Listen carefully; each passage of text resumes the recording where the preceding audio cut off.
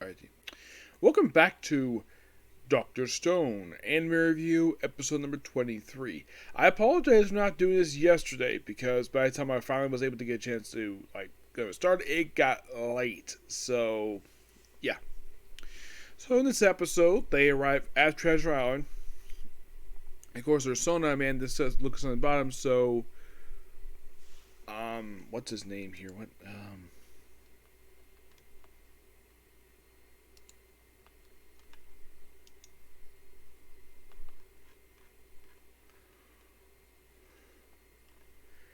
There was one person in Petrification Kingdom.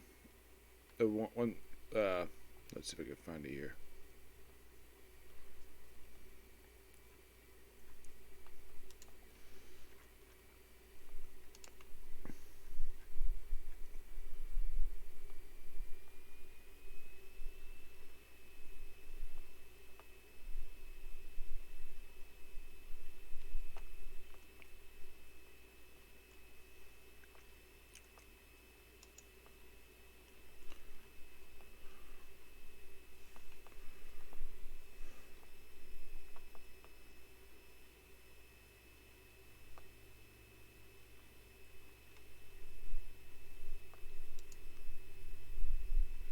Um, Ginro. Yeah, Ginro.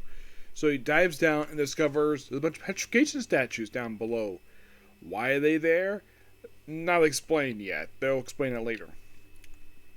So, meanwhile, though, Sukuwa is basically stowed away on board. At some point, she did that. So, they wanted to go explore the island. So, you have Senku, obviously, Kohaku, the mentalist, and Sagugu, the guy who's actually from the island. Okay, not a bad team. And not long after arriving, of course, they look around for communication. Of course, they look for some local native. There's a little investigation. And then, of course, basically, they look at the ship again, like, oh. The ship looks very quiet. And look like, oh crap, the whole ship is petrified. And you're thinking, what? When the heck did this happen? And what caused this? Was there no petrification wave?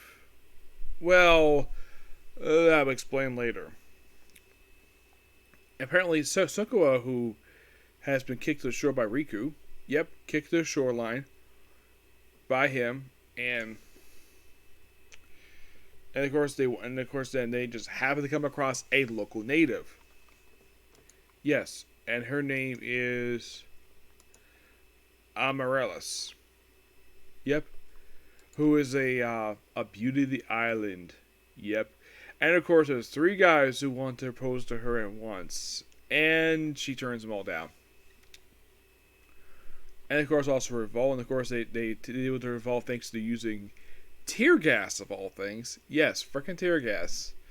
And she volunteers to work with them to basically take them to the head, maybe to deal with the kingdom itself.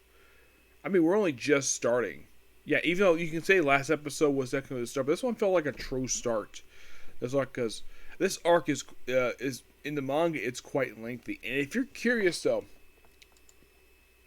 how many chapters does this episode take up? Well, it takes up 3. It's 103 to 105. So that pretty much means there are 33 chapters left to go. And here's the strange thing though: the arcs coming after this one are not as long as this one. This is the longest arc of almost the entire series. Yeah, this one arc. Yeah, that's something quite strange about this, where like the arcs after this one is shorter. Even the final arc is like really short. It's like 20 chapters. You're thinking, really? Usually the final arc usually is like the longest arc of the whole series. Not in the case of Dr. Stone. Oh no, it's this particular arc itself. And it's something though, we're already 7 episodes in, we're already on the second arc. Next arc. Well, there's a reason for that because of the special release last year that adapted the first, I think it was first 4 or 6 chapters of this arc in just the first episode. Well, it was an hour, it was like 45 minutes, but it was well worth basically for that one. But that was really good. And I was very happy that it was dubbed. Yep. At least this season, I'm not watching the whole thing sub like I did last season. That was a mistake I made. I will eventually watch the previous season dub at some point. But yeah, that's pretty much it, particular view. Next up is going to be a comic corner, and then I'll basically work on some manga. reviews, basically for My Hero and Black Clover. Okay, next, and of course, Blue Exorcist. That's gonna be quite interesting because I have like 3 chapters behind that one. Okay, next video. Bye.